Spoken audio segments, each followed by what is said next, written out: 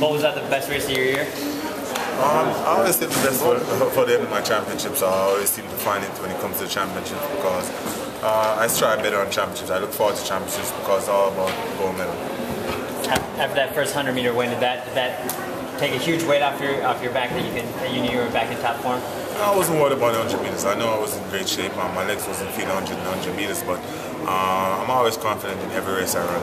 I'm always focused and I'm always ready to go. First person to win the 200 3 times and the sprint double 2 times. Where are these statistics coming in and how do you feel now?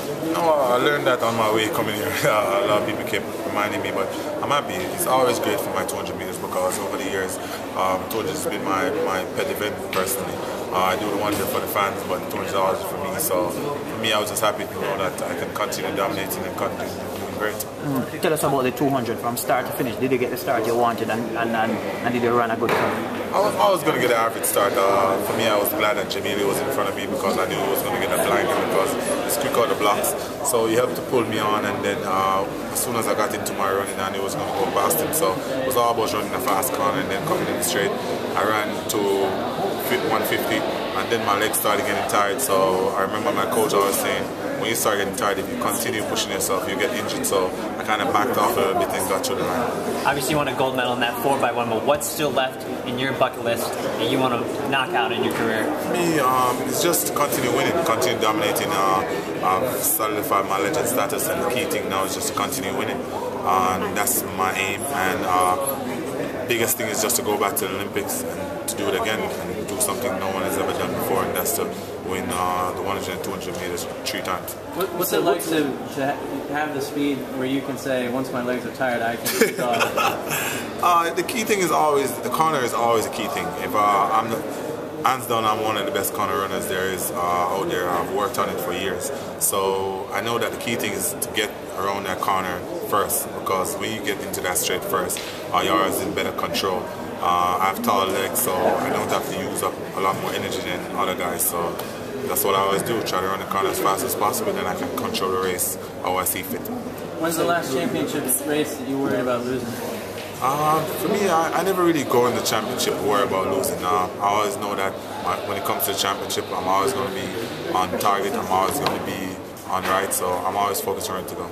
So what's the funniest and craziest thing you met in Russia? What? What's the funniest thing you saw in Russia, maybe? Most interesting? I don't know. I think it's the buildings. The buildings are a little bit different. But I haven't really been out. When I come to championships, I always stay in just to relax, chill out. I try not to go anywhere, just to stay focused on what I have to do, because I run most of the days, and even if I don't run, I have to rest to run again. So I don't go out, so maybe in the near future after I retire I can come back and see the country. How many interviews did you done today? Russian food. How does your guys... Russian food, I don't know if I've just had normal food really, chicken and rice and potatoes and pasta and stuff like that. I don't know what's the difference. How does your high speed help you in normal life? How does this... Whatsoever. The schedule's been changed at this meet. The 4x4 is no longer on the last day. It seems like every night you close out the night. Is that overwhelming when you see, man, the ideal way is moving things around, so I close it out every single night? I think they've seen that when it comes to the 4x1, we always, Jamaicans, we always show up and we always run a world record.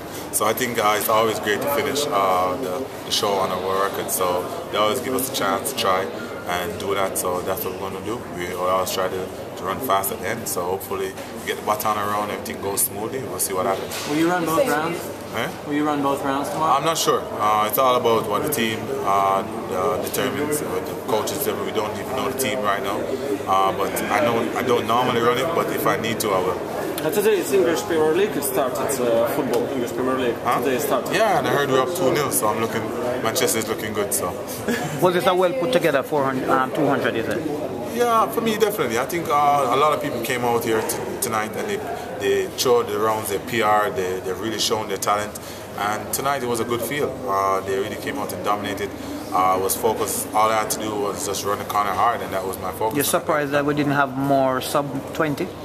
No, I think these are very young talents coming up. Now I think in a few years' time they will be going on sub-20 easier, but I think they're just coming up, and in time they will get it done. Yesterday you were talking about our Swedish athlete Trigaro, who was she painted her nails in a rainbow colors, and you didn't know about it, but now you know about it. And like a political act for the anti-gay laws here in Russia.